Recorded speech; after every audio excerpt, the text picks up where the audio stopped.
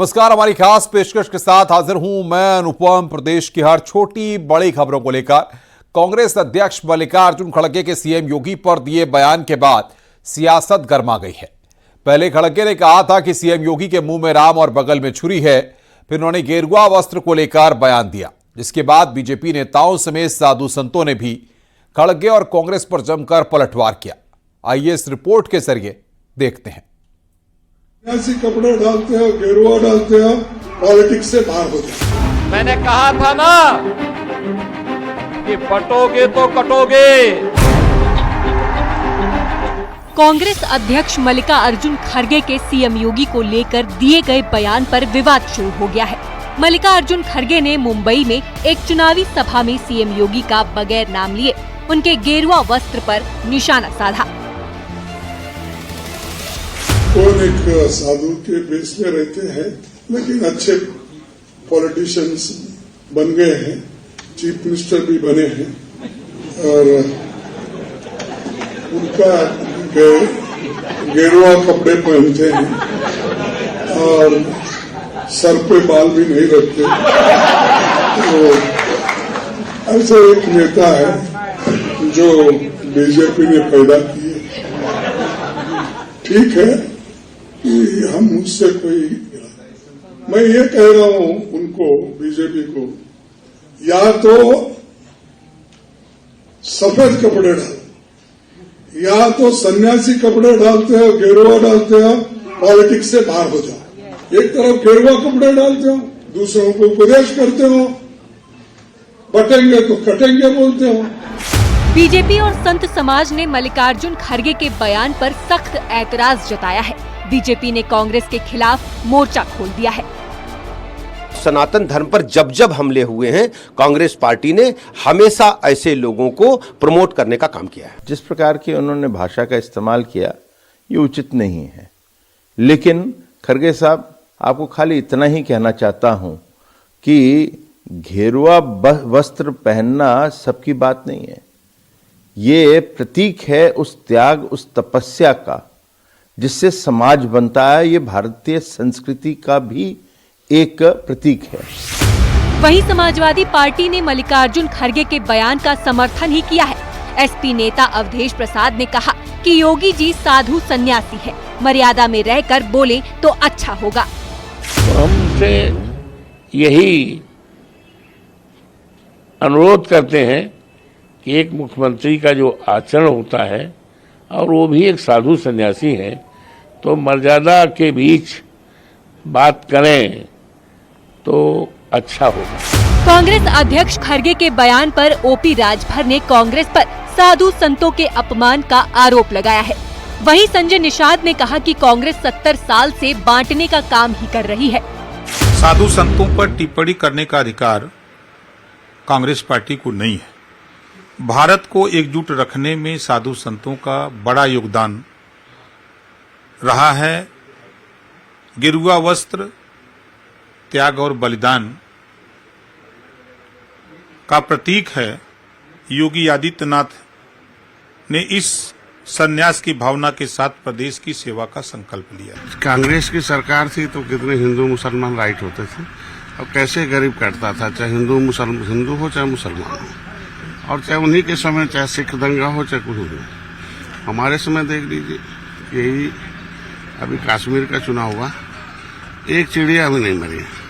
तो कट किसके समय रहा था? जब हम लोग बटे रहते थे तब उनके समय इस तरह। संतों ने खड़गे के बयान पर कड़ी नाराजगी जताई है। खड़गे और कांग्रेस पार्टी को सनातन धर्म विरोधी बताया। वहीं मुस्लिम स्कॉलर फाजिल अहमद ने खड़गे की बातों का समर्थन किया।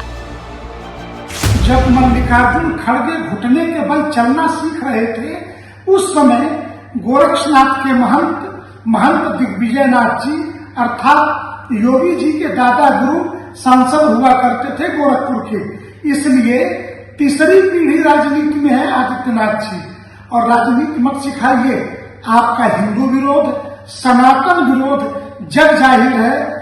नफरत वाली बात करते हैं, उकसाने की बात करते हैं, किसी दूसरे धर्म के लोगों को आप अपमान करने की बात करते हैं। धर्म गुरु हैं आप और सार्वजनिक जीवन में हैं, तो आपको सिर्फ अपने धर्म की बात न करके एक राज धर्म का भी पालन करना जरूरी होता है। ऐसी भाषा का इस्तेमाल करना आज मुझे तो अच्छा लगा कि खड़गे साहब ने संज्ञान लिया इसका। कभी भी इस बात की इजाजत नहीं दे सकते। खड़गे के बयान पर देवकी नंदन ठाकुर ने भी पलटवार किया है। उन्होंने कहा कि सदन में अगर धर्माचार्य होते तो सनातन बोर्ड की मांग नहीं करनी पड़ती। संत हमेशा राष्ट्र हित में सोचते हैं। जब आजादी के बाद से जब से संत महात्मा सदन में नहीं गए, उसका ही दुष्परिणाम है कि आज 75 साल बाद हमें सनातन बोर्ड मांगना पड़ रहा है। काश उसी समय सदन में धर्माचार्य होते तो आज हमें ये सनातन बोर्ड के निर्माण की मांग नहीं करनी पड़ती। सीएम योगी के बटेंगे तो कटेंगे के बयान ने सियासी भूचाल ला दिया है। कांग्रेस हो या समाजवादी पार्टी, उन्हें सीएम योगी के इस बयान की काट नहीं मिल रही है। यही वजह है एसपी ऑफिस और कांग्रेस ऑफिस के बाहर बटेंगे तो कटेंगे बयान के खिलाफ रोजाना नए पोस्टर और होर्डिंग लगाए जा रहे हैं। न्यूज़ 18 के लिए ब्यूरो रिपोर्ट।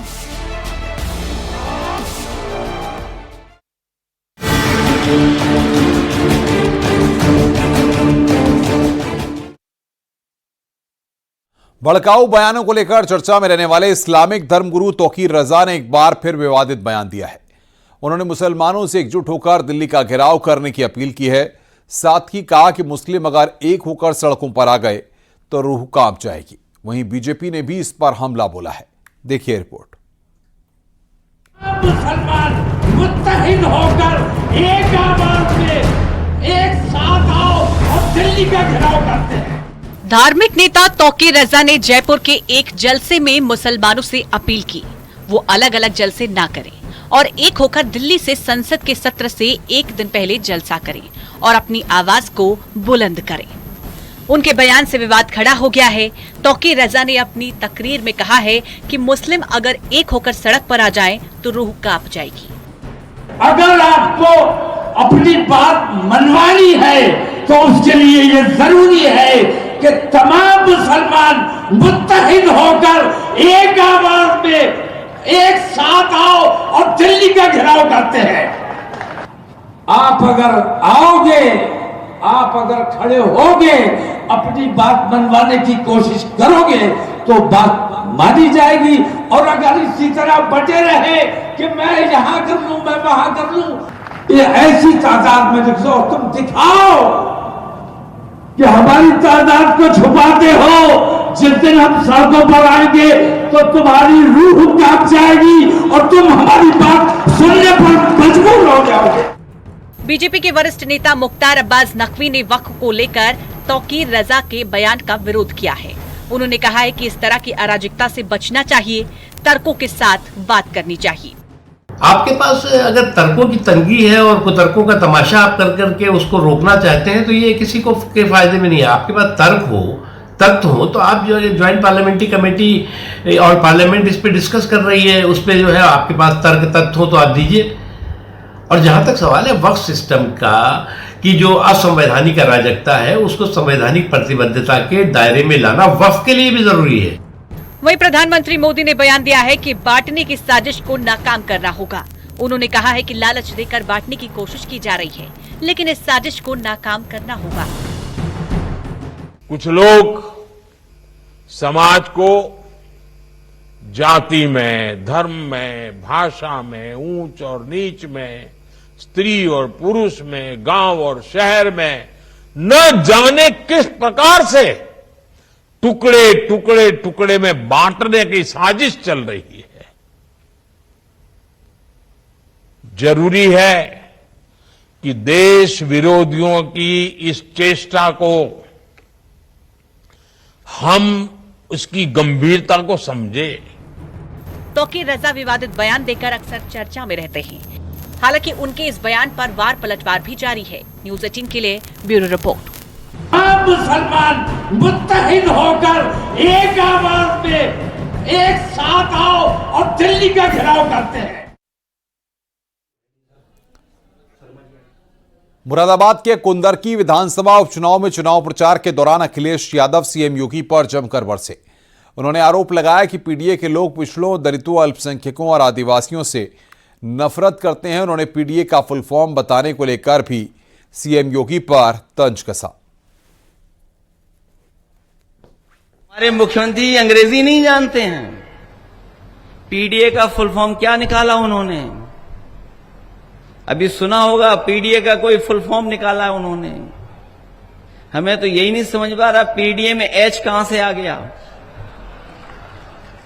और जो भी शब्द हैं पीडीए, जहां जहां लगे होंगे उनसे ये नफरत कर रहे हैं।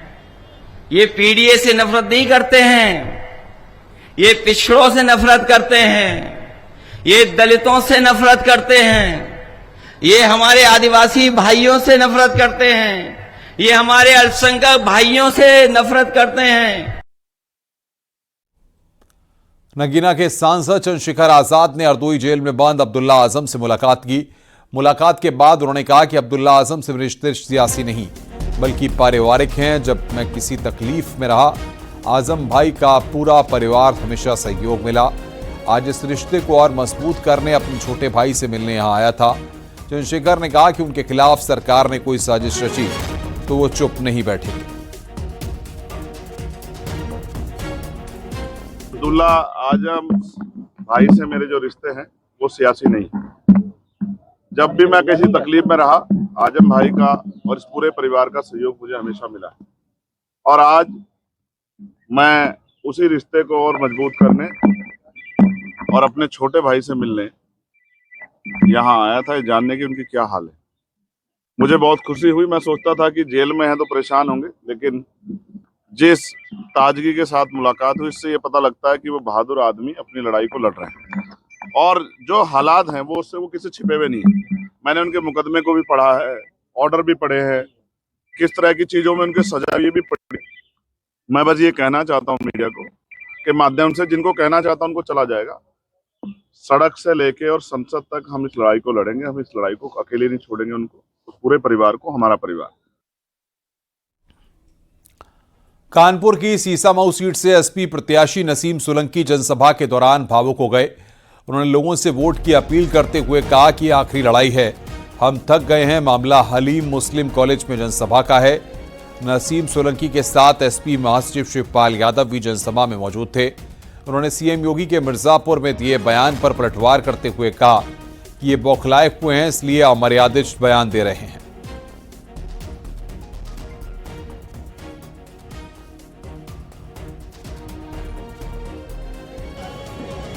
छुड़वा दो विधायक जी को, हम थक गए। बस ये आखिरी लड़ाई होगी इंशाल्लाह।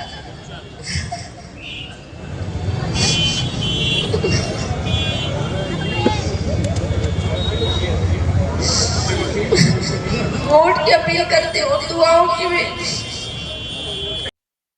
देखिए, भारतीय जनता पार्टी भारतीय जनता पार्टी के बाहर है, इनमें मर्यादा नाम की कोई चीज बची नहीं। मैंने पहली बार जो सत्ता में हूँ और इस तरीके का अनमर्यादा बातें करते हो, और तो इनके पास बचा ही नहीं है कुछ। ये मर्यादाओं में अब नहीं है, ये खिंचाए हुए हैं। जनता इनके खिलाफ हो चुकी है। चुनाव प्रचार के दौरान अखिलेश यादव ने कहा कि ये जो लाठी चला रहे हैं वो तो सुन लो, जैसी सेवा आप कर रहे हैं ऐसी सेवा आपको भी मिलेगी। वेशभूषा बदल के वोट मांग रहे हैं, वो कुछ बदल गए हैं पहनावे में। हमारी सीता मां का भी अपहरण भेष बदल कर हुआ था, इसलिए सावधान रहें।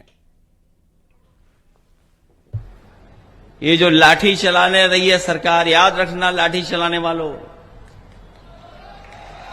ये जो लाठी आप चला रहे हो, ये जैसी सेवा आप कर रहे हो वैसी सेवा आपको भी कभी कभी मिलेगी।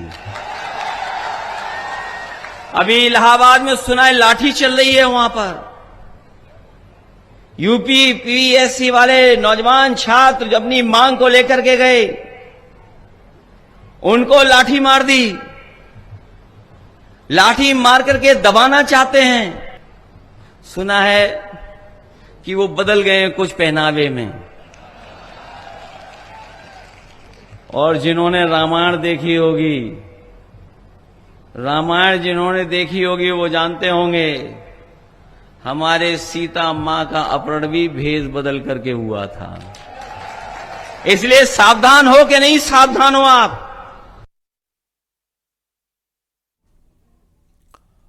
अखिलेश यादव ने एक बार फिर कुर्सी वाला राग छिड़ाया। अखिलेश ने कहा कि यह गुस्सा जो आजकल सरकार को वो अपनी कुर्सी बचाने का गुस्सा है। दिल्ली वालों ने तय कर लिया है कि महाराष्ट्र के चुनाव के बाद उनकी कुर्सी बचेगी नहीं, इनकी कुर्सी छिन जाएगी। ये गुस्सा जो आजकल सरकार को है वो अपनी कुर्सी बचाने का गुस्सा है, क्योंकि दिल्ली वालों ने तय कर लिया है कि महाराष्ट्र के चुनाव के बाद इनकी कुर्सी बचेगी नहीं,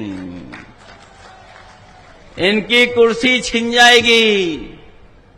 दिल्ली गए और चाहते थे अपना कुछ बनवा लें, वो अपना नहीं बना पाए। कार्यवाहक चल रहा है, कार्यवाहक। मैं जब चला जाऊं तो यहां जितने खाकी वर्दी वाले इनसे पूछना, अरे बड़ी दुआएं देते हो कानून व्यवस्था की, बताओ आपका जो सबसे बड़ा अधिकारी होता है वो भी अभी तक कार्यवाहक है, परमानेंट नहीं हो पाया है। और ये पहला कार्यवाहक नहीं है, अभी तक कार्यवाहक चल रहे हैं, कार्यवाहक। तो दिल्ली वाले इंतजार कर रहे हैं, दिल्ली वाले मौका ढूंढ रहे हैं कि कब कुर्सी छीन लें। और आपको मैं भरोसा दिला के जा रहा हूं, देखना महाराष्ट्र में बीजेपी हारेगी और उत्तर प्रदेश में कुर्सी छिन जाएगी। यूपी में समाजवादी पार्टी और बीजेपी के बीच जारी पोस्टर वार में बहुजन समाज पार्टी भी कूद गई है। लखनऊ में बहुजन समाज पार्टी के कार्यालय के सामने पोस्टर लगाया गया है। इस पोस्टर में लिखा गया है कि बीएसपी से जुड़ेंगे तो आगे बढ़ेंगे और सुरक्षित भी रहेंगे। ये पोस्टर बीएसपी महानगर अध्यक्ष सरवर मलिक ने लगवाया है। मुख्यमंत्री योगी आदित्यनाथ के बयान के बाद समाजवादी पार्टी ने जिस तरह से लगातार पार्टी कार्यालय पर पोस्टर वार छेड़ा, उसके बाद बहुजन समाज पार्टी उससे पीछे कैसे रहती। बहुजन समाज पार्टी कार्यालय पर ठीक मेरे पीछे आप देखें तो ये पोस्टर लगाया गया है जिसमें लिखा गया है बीएसपी से जुड़ेंगे तो आगे बढ़ेंगे, व सुरक्षित रहेंगे। सरवर मलिक जो कि महानगर अध्यक्ष हैं बहुजन समाज पार्टी के, साथ ही लोकसभा चुनाव में प्रभारी भी रहे हैं, उनकी तरफ से पोस्टर लगाया गया है। उनकी पत्नी शाहीन बानो जो कि महापौर प्रत्याशी रही है बहुजन समाज पार्टी से, उनका भी चेहरा इस पर आप साफ तौर से देख सकते हैं। कुल मिलाकर के समाजवादी पार्टी कार्यालय के बाद अब बहुजन समाज पार्टी कार्यालय के सामने भी ये पोस्टर अपने आप में राजनीतिक संदेश दे रहा है। बात अगर करें कांग्रेस की तो इससे पहले कांग्रेस पार्टी के सामने भी इसी तरह के पोस्टर लगाए गए थे। बहुजन समाज पार्टी बहुजन हिचाए बहुजन सुखाए की बात करती है, साथ ही वो सुरक्षा के नाम पर एक बार फिर से उपचुनाव में जाकर लोगों से वोट की अपील करती हुई दिखाई दे रही है। कुल मिलाकर अब लगभग सभी पॉलिटिकल पार्टियों के दफ्तर पर इस तरह के पोस्टर आम होते हुए दिखाई दे रहे हैं। हालांकि इस पोस्टरवार के बाद इसका राजनीतिक फायदा किसको कितना मिलेगा ये देखने वाली बात होगी। कैमरा पर्सन उपेंद्र के साथ अलाउद्दीन, न्यूज़ 18 लखनऊ। बड़ी खबर है, कांग्रेस अध्यक्ष मल्लिकार्जुन खड़गे का विवादास्पद बयान सामने आया। सीएम योगी के बटेंगे तो कटेंगे वाले बयान पर विवादास्पद बयान। मल्लिकार्जुन खड़गे ने सीएम योगी की तुलना आतंकी से की है। ऐसा बयान कोई आतंकी ही दे सकता है। तो ये बड़ी खबर हम आपको बता रहे हैं। मल्लिकार्जुन खड़गे का एक और विवादित बयान यहां पर सामने आया है। योगी आदित्यनाथ वो तो ऊपर से साधुओं का वेश खेलते हैं। अरे मुख में राम और बगल में छुरी कितने दिन चलाएंगे। मैंने उसी दिन परसों मुंबई में मीटिंग हुई थी तो कहा भाई एक काम करो, तो नहीं कर सकते, क्योंकि जो साधु संत होता है वो सबके लिए होता है। बाटो काटो में क्यों करे? हाँ, लोगों को बोलते हैं बटेंगे तो कटेंगे, ये साधु का काम है, नाथ पंथ का काम है। अरे ये काम कोई टेररिस्ट बोल सकता है, आप नहीं बोल सकते। आप एक मठ के एक व्यवस्थापक हो